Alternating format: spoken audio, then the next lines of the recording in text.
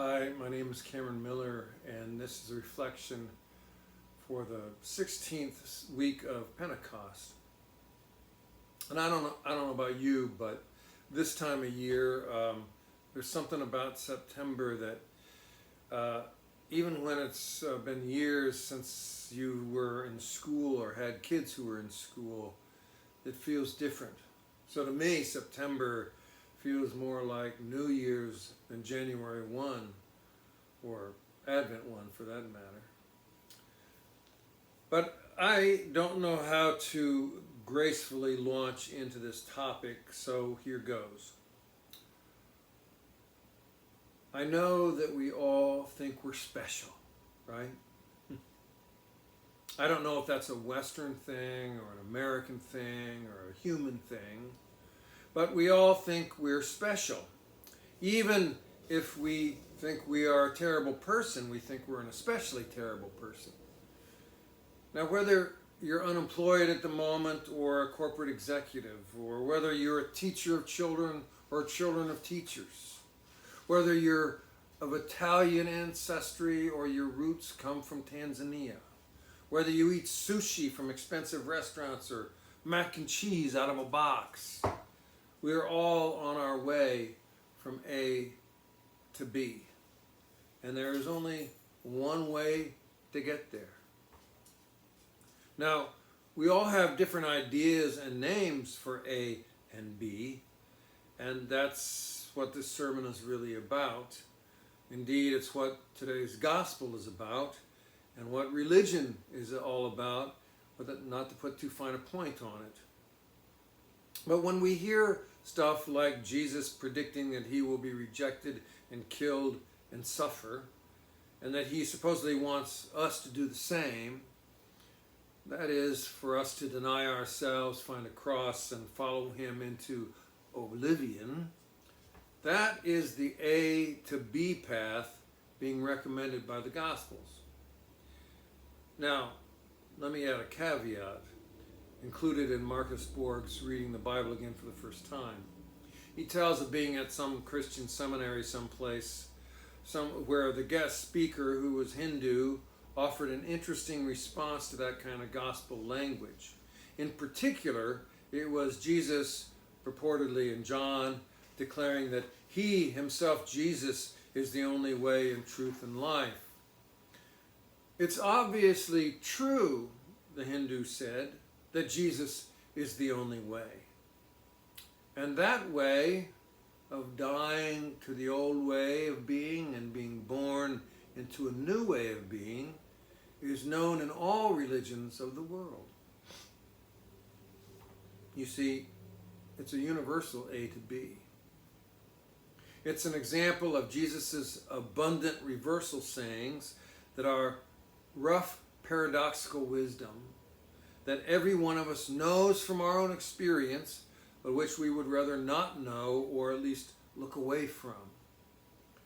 Dying to an old way of being and being born into a new way of being is a universal human wisdom that is echoed in particular at the heart of the Christian gospel. But please, let's not be too literal minded about this. Just because the text says that to take up your cross and follow me does not mean we have to go looking for ways to get persecuted. And most especially, it does not mean the myriad assortment of pain and suffering we all experience, as if the cross is a symbol of some random tragedy.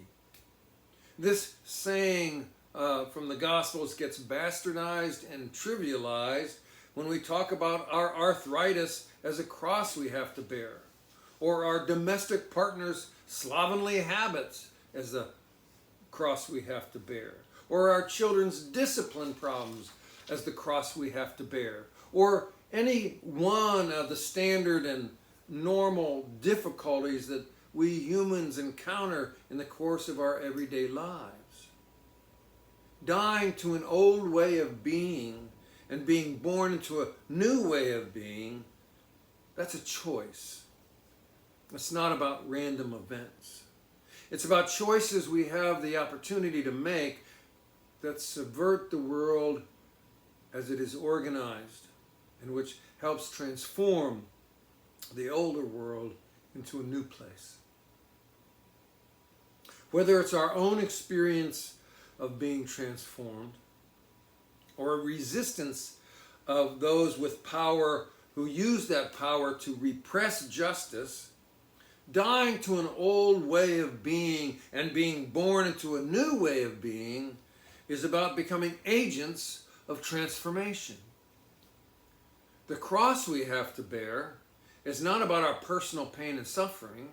It's about our willingness to become agents of personal and social transformation. Now please allow me to repeat that, because it is so countercultural. The cross we have to bear is not about our personal pain and suffering. It's about our willingness to become agents of personal and social transformation. It's about our willingness to become midwives of death and mothers of new birth. Midwives of death and mothers of new birth. Peter's horrified reaction to Jesus' A to B is typical.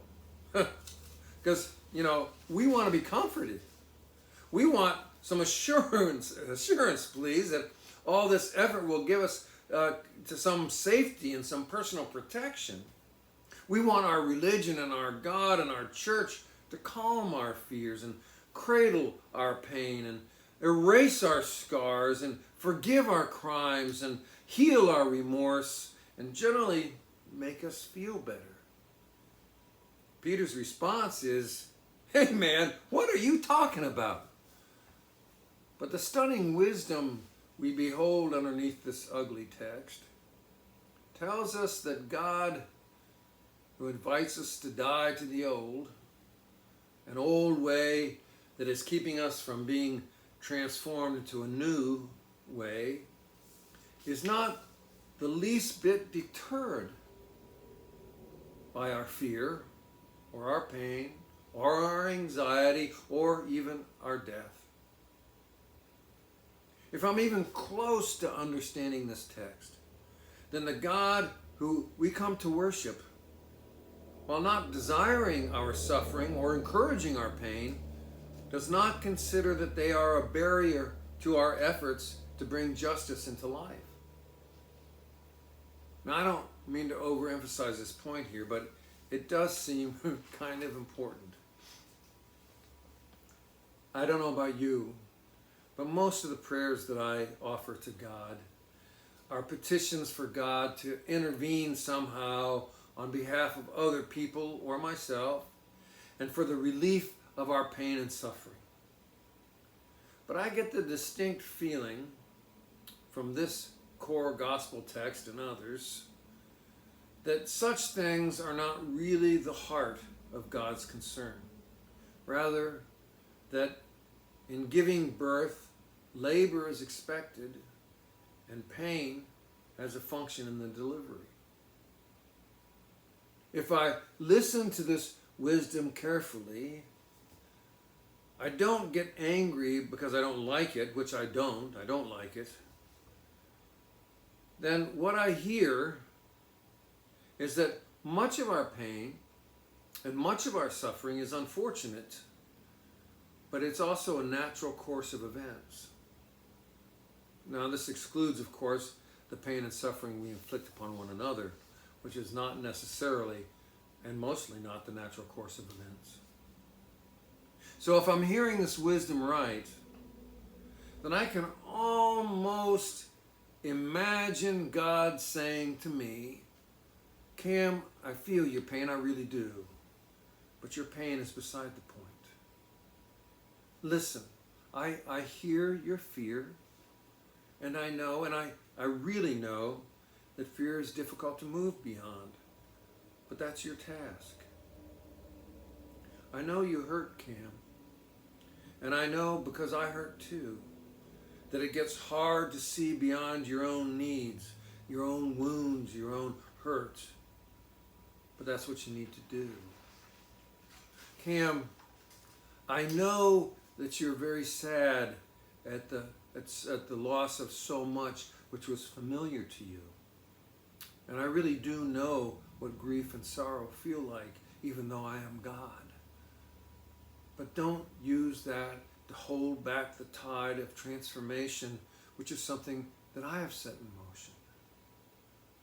Remember, Cam, I have searched you out and known you. I really have. So you need to know that your life is found in death, and that all those things that you cling to, you need to let go of.